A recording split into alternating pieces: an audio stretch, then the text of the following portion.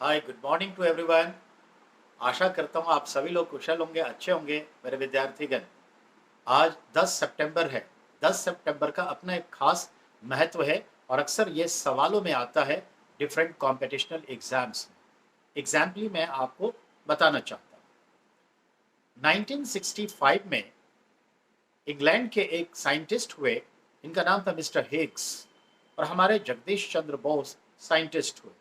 इन दोनों ने मिलकर के एक थ्योरी डेवलप की थी जिनका सोच ये था कि यूनिवर्स में जो वेट है, जो वजन है, भार है, मास, अगर है तो वो क्यों है, और अगर है किसी न किसी वजह से तो वो दिखता क्यों नहीं है। एक्चुअली ये कॉन्सेप्ट है जो पूरा यूनिवर्स है उसका जो अप्रोक्सीमेशनली जो टोटल वेट साइंटिस्ट निकालते हैं, उस वेट का 95% वेट वही है जो वेट का कारण है, भार का कारण है, मास है। और ये हमें दिखता नहीं है, पर मास को हम अनुभव करते हैं, और अगर ये है तो दिखना भी चाहिए।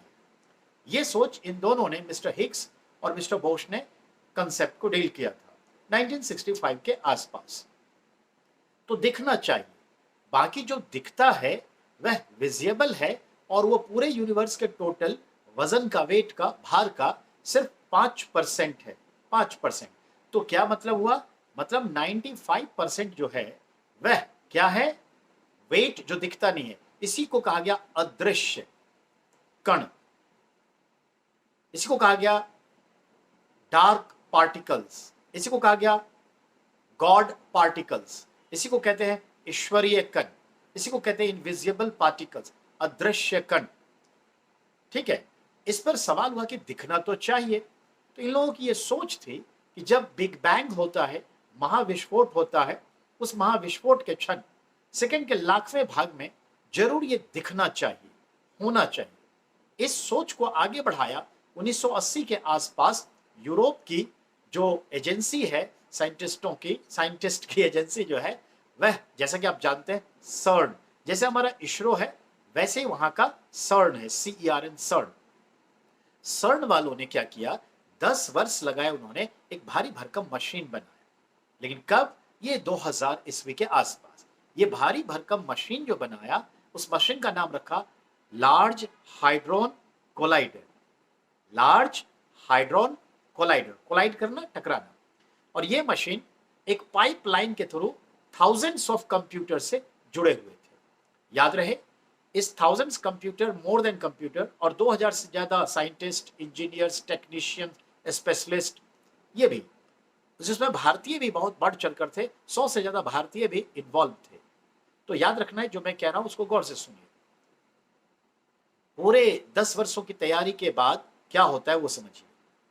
2008 में 10 सितंबर को 10 सितंबर को यूरोप के स्विट्जरलैंड के जेनेवा शहर के धरती के नीचे एक प्रयोगशाला बनाई गई जिसे लार्ज हाइड्रोन कोलाइडर प्रयोगशाला कहते थे, जो एक भारी भरकम मशीन था।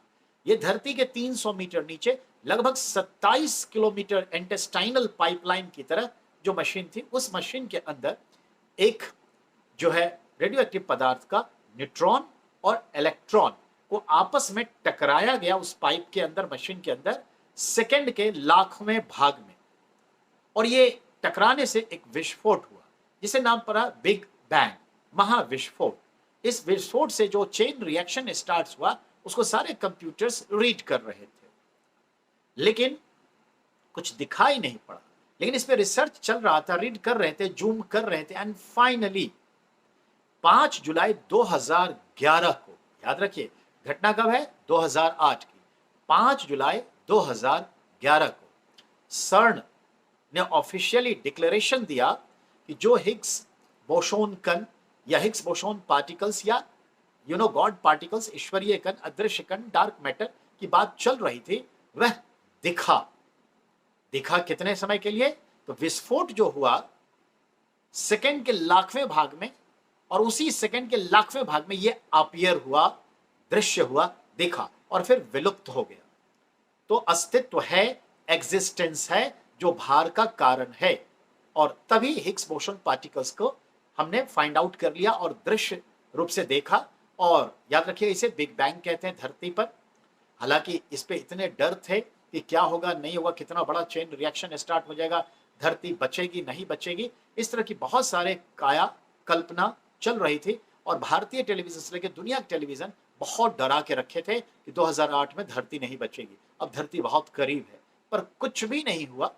लेकिन हमें ये ज्ञात हुआ भाई हिग्स बोसोन पार्टिकल्स है, दिखता भी है पर क्षण मात्र के लिए दिखता है। तो याद रखना है क्या 10 सितंबर 2008 धरती पर पहली बार, ठीक है, क्या हुआ, बिग बैंग किया गया आर्टिफिशियली। और इसमें क्या हुआ, तो हमें हिग्स बोसोन पार्टिकल्स यानी ईश्वरीय कण का पता चला। ठीक है, ये छोटा सा वीडियो आप सभी के लिए है और फिर हम कल ऐसे ही अगला वीडियो जारी करेंगे। आप सभी का बहुत बहुत धन्यवाद। प्लीज जरूर इसे देखिए, वॉच करिए और जहां तक हो स्टूडेंट्स के वेलफेयर के लिए इसको ज्यादा से ज्यादा शेयर करिए, लाइक करिए। और बेटा प्लीज यूट्यूब चैनल जो हमारा है रामेंद्रा द आर्ट ऑफ अंडरस्टैंडिंग, उसको प्लीज सब्सक्राइब करिए। सब फ्री एजुकेशन में इस पे कॉन्टिन्यूसली अब आपको प्रोसेस करके दे रहा हूं, जस्ट वॉच इट। ओके, आप जैसे लोग ही हम जैसे शिक्षकों का निर्माण करते हैं, उसी के लिए मैं गुरु दक्षिणा तो हम आपसे लेते हैं, पर आज हम शिष्य दक्षिणा के तौर पे ये एजुकेशन को फ्री कर रहे हैं अपने यूट्यूब चैनल के माध्यम से। सो प्लीज इसे जितना हो सके बेटा आगे विस्तार दीजिए, बढ़ाइए। किसके हित में, आपके हित में, विद्यार्थियों के हित में। आपका सुनील सर।